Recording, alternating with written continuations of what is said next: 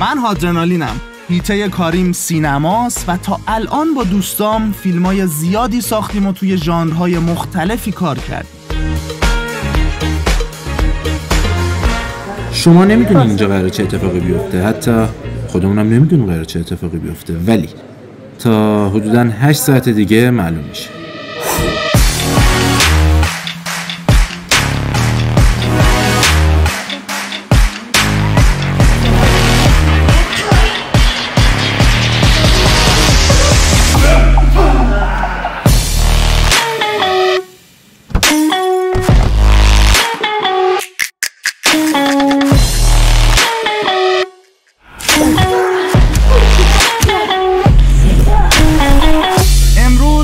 ببینید که یه مشت آدم دیوونه چطوری با هم یه فیلم اکشن میسازن. با حضور محتوای خوابام سعادت، این چه وضعیه؟ امیر روسی، پیتر از اوگاندا، مود فیلم برداری. بقیه رو اسپویل نکنیم، اندازه‌کافی اسپویل.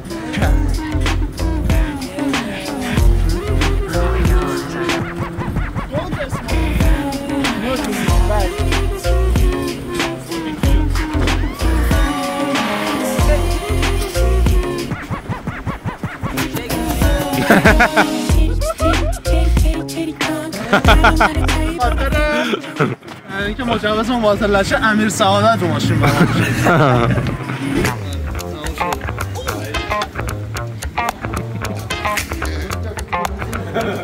آقا سادمیم افتخار دادم، منت بر سر ما گذاشتن، امروز حضور پیدا کردن.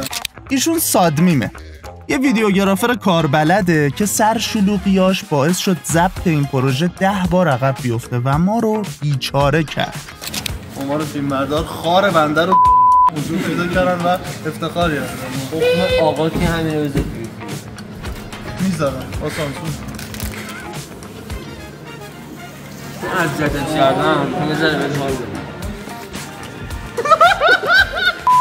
ببین میخوام سونا قرار نبوده این دماغ چجوری بشه؟ موشکی بشه. موشک هست. اجرای جدی شبیه چیز اول یکی بشه هم سوز. تو آفنجر حالا بدون موش 10 دقیقه به من فرصت بدید. هم گوره هم خوشگل. این دوتا فاکتور باشه اوکی.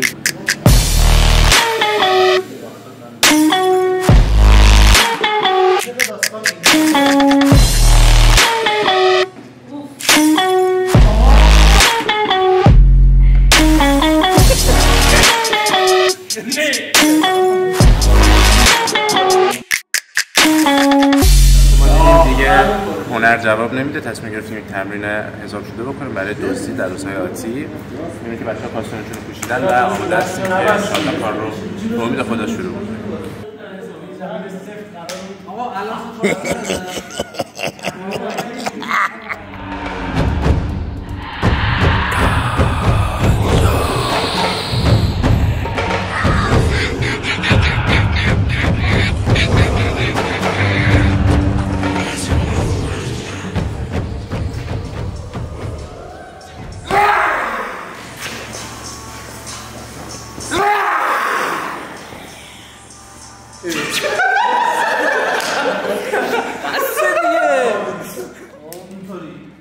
یه ذره لوانگل از صورت ترسون اینجا جلو رد میشن. تو اینجا باش، اینا توی نیم دایره جلو تو میشن، تو اینطوری بیار صورت داشت. لطو ببندی.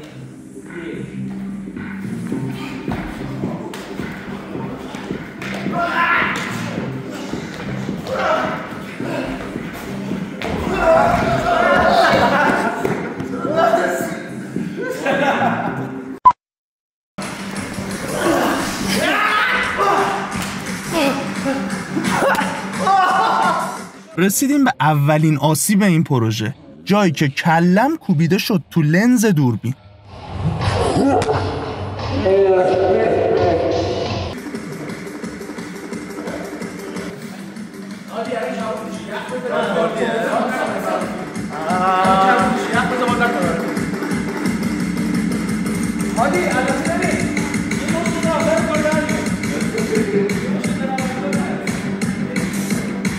A few moments later. خیلی لاتی صاف میاد قرآن یعنی گیرمت کردم طبیعیه لاتی خیلی خوبه پروژه های آقای نوروزی یا خودش یا دیگران یک آسیبی نبینن.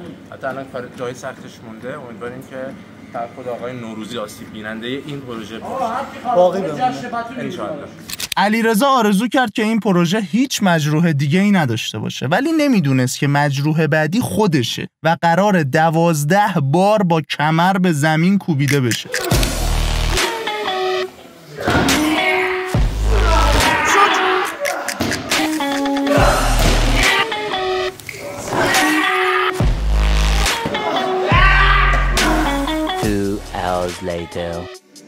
جون ندارم. من اولش بودم های حرف میزنم، الان باید پاور سیوینگ کنم، باید در حد اجرا. ماشالله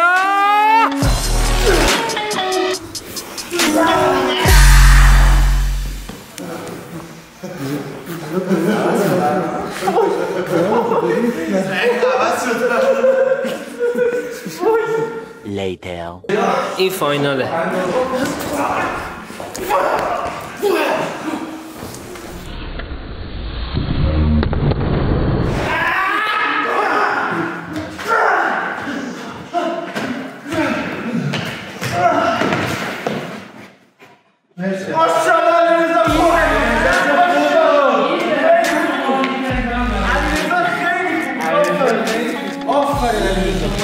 همه لازنده آفرین علیرضا کیف که علیرضا عالی بود. نه ما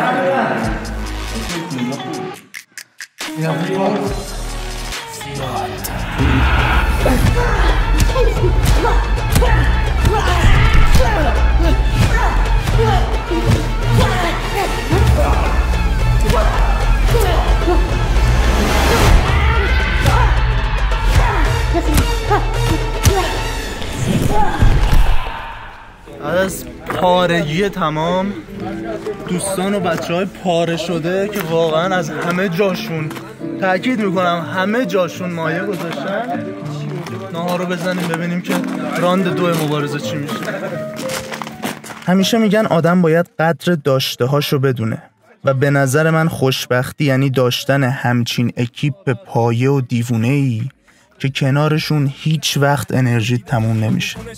داشته دم پایی باشه دم خونه بیبیه دوره داشته چند تا بلادی نور چشمیه اگه دیدی تنم آبیه چون روز دربیه تو برم مینویسم تکس نمیدم توش بریک فاینال چه کار دم گوشت میگه خون بچک 50 تومن کارت میکشم واسه یه پودر کیک بس بگید فرشاد فولاد بزنه روش. آقا اینو بگیر ازم. سلام، داری یخ میزنی؟ نه اینجا گرمه. شبیه یخ زده هایی.